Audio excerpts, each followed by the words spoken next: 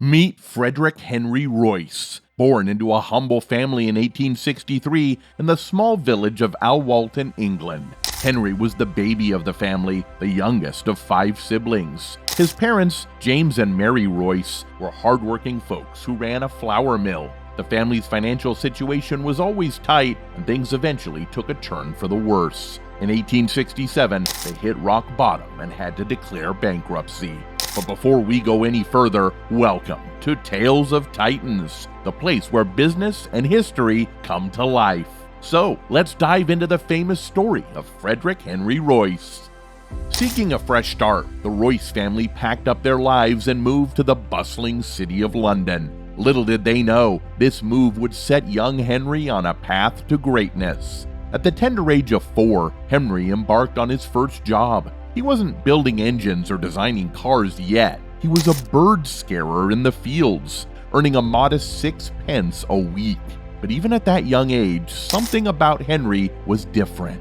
In 1872, life threw yet another curveball at young Henry. His father passed away, leaving the family in an even more precarious financial situation. At just 9 years old, Henry took to the streets, selling newspapers and delivering telegrams, doing whatever he could to bring in some extra money.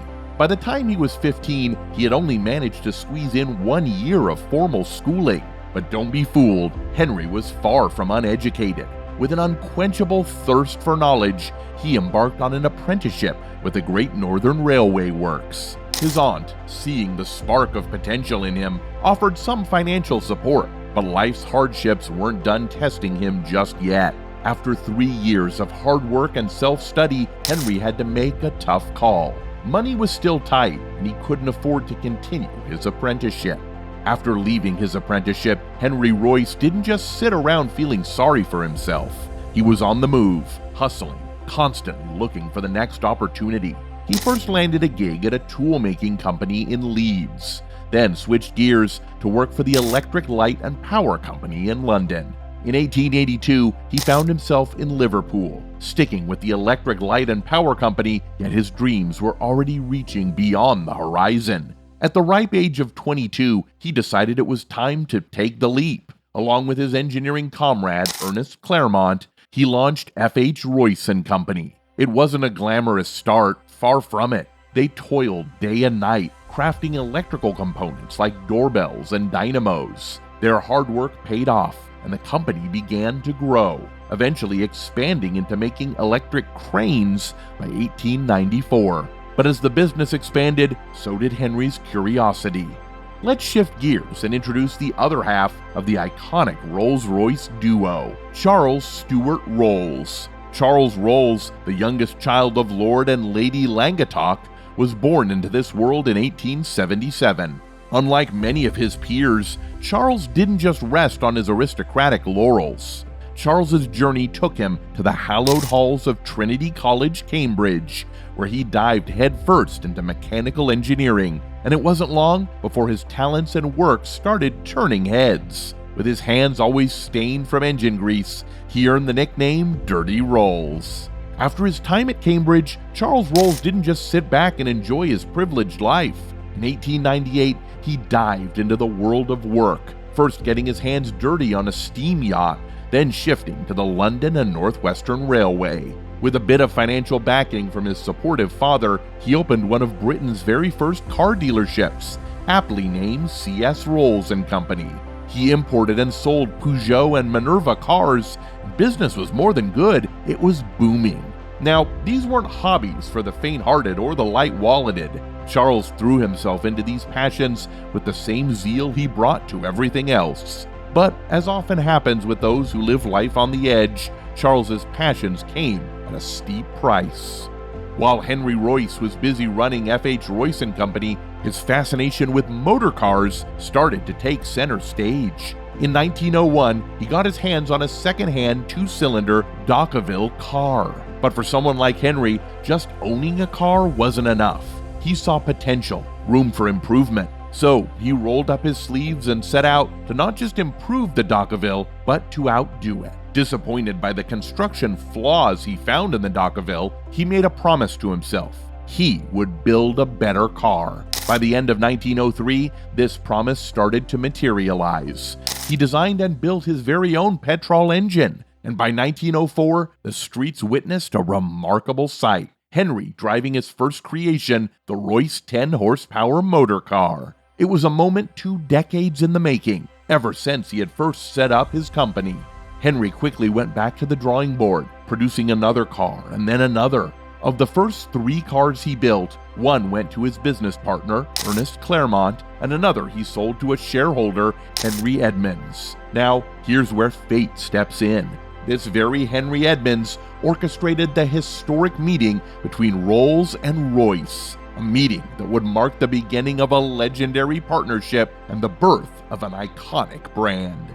Henry Royce and Charles Rolls might have been poles apart in many ways, but together they were an unstoppable force. Their collaboration led to the creation of the Rolls-Royce Company in 1906, marking the beginning of a new era in the automotive world. The launch of the 6-cylinder Silver Ghost was a game changer. Within just a year, it was acclaimed as the best car in the world. But let's not forget the unsung hero behind the scenes, Charles's partner, Claude Johnson. While Henry and Charles were the brains behind the cars, it was Claude who was the mastermind of their brand image. As the managing director, he understood that building a brand was more than just about engineering excellence. It was about perception, reputation. One of his early advertising masterstrokes for the 40 to 50 horsepower motor car went like this: the 6-cylinder Rolls-Royce, not one of the best, but the best car in the world. This wasn't just effective marketing, it was a declaration of Rolls-Royce's superiority.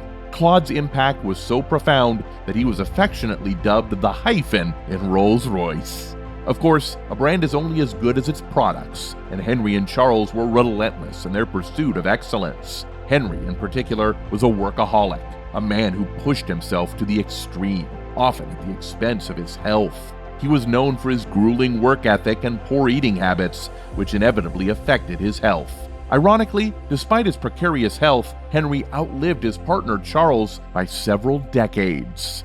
As the years rolled by, Charles Rolls, ever the daredevil, found his passion for aviation soaring to new heights. He was so captivated by the sky that he even tried to nudge Henry Royce into designing an aero engine. However, Henry, firmly rooted in the world of automobiles, wasn't ready to make that leap. Unperturbed, Charles continued to chase his aerial dreams. He purchased a Wright Flyer aircraft, and with it, he took to the skies, completing over 200 flights. In 1910, Charles achieved a remarkable feat, becoming the first person to complete a non-stop double crossing of the English Channel by air.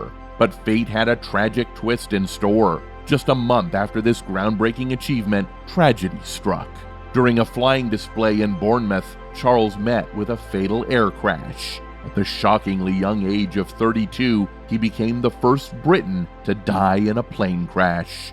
Henry Royce was a man driven by an unyielding quest for perfection, a philosophy that he eloquently summed up with the words, "Strive for perfection in everything you do. Take the best that exists and make it better. When it does not exist, design it."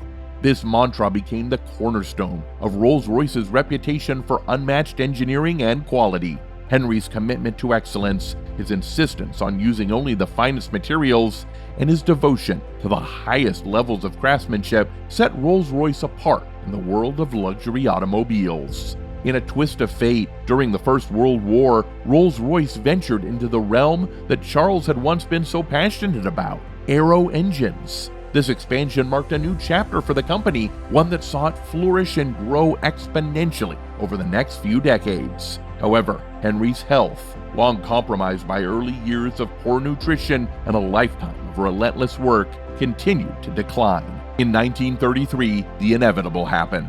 Even in his final years, plagued by illness, Henry's spirit remained unbroken. He continued to work with unwavering dedication until his very last moments. Poignantly, his final sketch was made from his deathbed just a few hours before he passed away. Henry Royce passed away at 70 years old. Rolls-Royce stands as a towering name in the realm of engineering, synonymous with luxury and unrivaled craftsmanship. With over 130 dealerships dotting the landscapes of 40 countries, the Rolls-Royce name has transcended its British roots to become a global symbol of affluence and excellence. Currently, under the stewardship of BMW, Rolls-Royce continues to dazzle the world with its array of sumptuous vehicles. Models like the Rolls-Royce Cullinan, Ghost, Phantom, Wraith, and Dawn are not merely cars, they are masterpieces on wheels, each a testament to the brand's commitment to luxury and quality. Since early 2023, Tufan Elgenberg has helmed the company as CEO. Yet, despite the contemporary achievements and innovations, the soul of Rolls-Royce remains deeply rooted in the visions of its founders, Sir Henry Royce and Sir Charles Rolls. It is their legacy that has elevated the brand to its legendary status, a symbol of pure, unadulterated wealth. Rolls-Royce is more than a car manufacturer, it's a historical icon, representing over a century of engineering triumphs, luxury, and an unwavering dedication to the extraordinary. And that's all for today, folks. Let us know your thoughts in the comments down below. Make sure to leave a like and subscribe for more amazing content. And as always, I'll see you in the next one. Peace.